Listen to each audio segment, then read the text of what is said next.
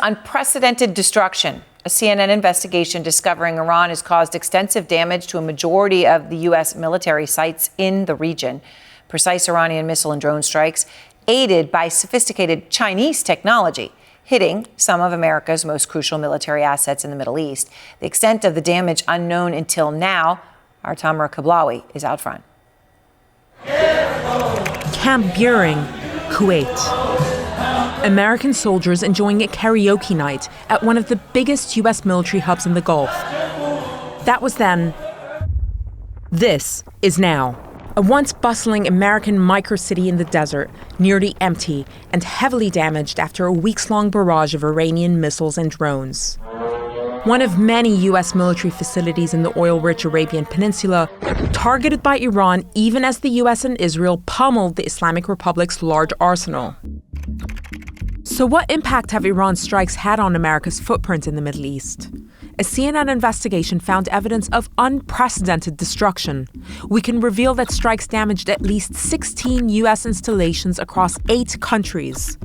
According to our analysis and sourcing, that's the majority of American military positions in the region, and some of them are virtually unusable now. A U.S. source familiar with the situation told us that they'd never seen anything like this at American bases, that these were rapid, targeted strikes using advanced technology. Iran's main targets? Multi-million-dollar aircraft, like this Boeing E-3 Sentry, which gave the U.S. a huge amount of visibility over the Gulf. It's out of production, and in today's money, it's worth nearly $500 million. Critical communications equipment. Look at these giant golf balls. They're known as radomes, and they protect satellite dishes vital for data transmission. In this base alone, Iran destroyed all but one of the radomes less than a month into the war. And crucially, radar systems. Highly sophisticated, expensive, difficult to replace, and critical to air defense. A second U.S. source, this one a congressional aide familiar with damage assessments, described these as the most cost-effective of the targets. Our radar systems, they said, are our most expensive and our most limited resource in the region. For U.S. allies in the region, there's a dilemma. In some ways, Iran's show of force makes the U.S.'s presence in the region even more necessary to Gulf security. But there's a new reality here, which is that U.S. military installations, previously seen as formidable fortresses, have turned into sitting targets. As a Saudi source told me, the war has shown Saudi Arabia, that's the U.S.'s longest-standing Arab ally, that the alliance with the U.S. cannot be exclusive, and it is not, in their words, impregnable. To get a sense of just how vulnerable U.S. facilities have become, have a look at this. It's the war room at Qatar's El Udeid Air Base, the theater command and control hub for U.S. air power across 21 nations. Struck not just once, but twice.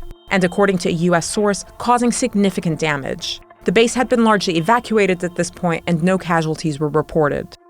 Iran's visibility over its targets has never been clearer. In 2024, according to the Financial Times, Tehran secretly acquired a Chinese satellite, known as the TEE-01B, a massive upgrade from its own satellites. That means that Tehran went from looking at images of this quality to this. This is the first time America has fought an adversary with satellites that capture high-res imagery, almost as detailed as its own. As the scale of the damage comes into focus, many will wonder whether America's presence, once a protective shield in the Middle East, has turned into its Achilles heel.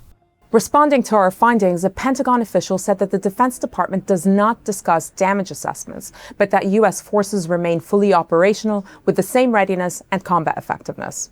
We also understand from our sources that the vast majority of U.S. troops evacuated their positions in the Middle East, with many working from the relative safety of hotels and apartments in the Arabian Peninsula. What stands out to you about all this?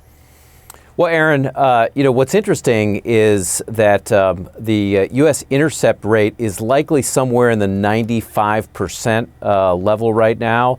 These look predominantly like drone strikes. That's our assessment, the Shaheeds that did this rather than Iranian ballistic missiles. But it does show if the intercept rate is somewhere around the 95% level, that 5% or so are getting through and they are having damage. So the system that the U.S. has in place is not foolproof. It's very good, but it's not foolproof.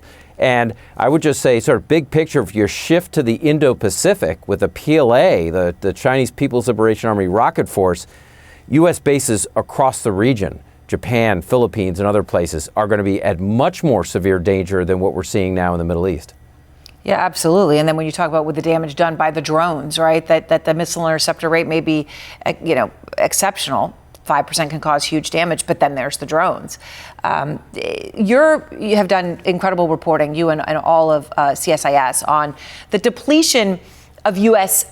Offensive capabilities, missile inventories specifically as well. Trump was asked about that earlier today. Seth, I wanted to play part of what he said. All over the world we have inventory, and we can take that if we need it. But all over the world we have tremendous amounts of inventory, the best. For instance, we're stocked and locked and loaded. Right now, we have more than double what we had when this started. More than double what we had when this started, and tremendous amounts of inventory. I mean, what do you even make of such comments? Obviously false when it comes to things like Tomahawks, but what do you make overall? Well, I think what's important is that not all missiles are created equal. I mean, one of the advantages the U.S. had over time in Iran was that it had air dominance. It could use short-range missiles like Joint Direct Attack Munitions, or JDAMs.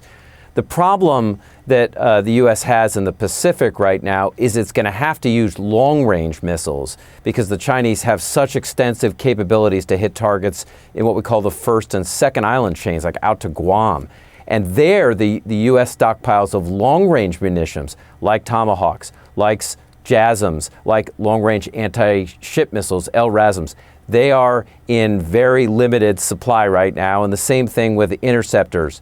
So what really matters in this discussion is not missiles per se. It's not helpful to talk about missiles in general. It's the missiles you need to deter in specific situations.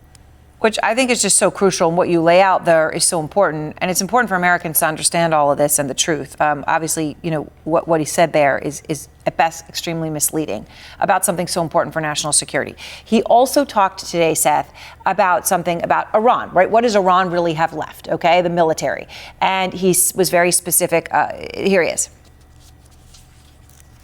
We get the radical left to say, we're not winning. We're not winning. They don't have any military left. It's unbelievable. It's actually, I believe it's treasonous. Okay, you want to know the truth? It's treasonous.